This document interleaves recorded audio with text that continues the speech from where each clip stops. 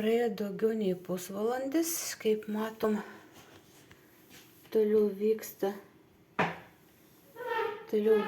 bitkoinai kriptovaliuta, kaip įtampa yra sumažėjusi, bet šaldytuvo drasko variklį vis tiek. 0,04 ampero, 3,8, 3,3. Gal šitai būtų taisyklingiau parodyti, kas vyksta. Čia yra vato. Tai įrenginiai panašiai rodo. Du įrenginiai rodo panašiai. Tai va. Baduskai toliau vagia elektrą. Sukimosi greitis didėja. Turėtų greitai dar padidėti apkrova. Ir kaip mat, jau kyla 0,05 ampero šaldytuvas.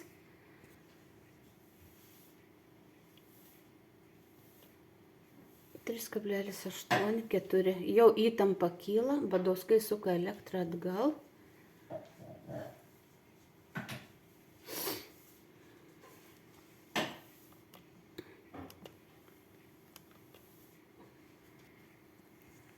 $280. Baduskai toliau reguliuoja mūsų elektros laidą, ESO dangsto elektros vagystė, Ignitis tarpininkauja. Tai yra ESO yra Igničios dukterinė įmonė, kuri turi atlikti visus techninius darbus. ESO parašė, kad skaičiukas sugedęs, bet nesima jokių priemonių, kad sustabdyti nusikaltimą.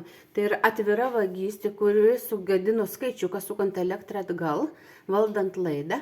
Buvo skaitmeninis skaičiukas išmanusis sugadintas, iš manęs reikalavimą vis tiek mokėti 840 € 62 centus. Aš vis tiek atsisakiau ir nežadu mokėti.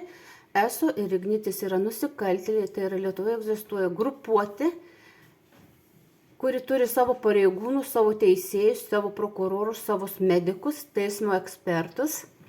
Apvaginėja ne tik mane, atvirai esu apvaginėjama 14 metų, 3 metai intensyviai ESO dangsto vagystė, policijos pareigūnai Tamušauskas, Alina Sauserė tarpininkauja, dangstant visus Badauskų nusikaltimus, įsilaužimai į namus, neteisėti elektros prisijungimai pakartotinai, gėlių, augalų, daržovių, maisto vagystės, padangų subadymas, tyčiniai padegimai.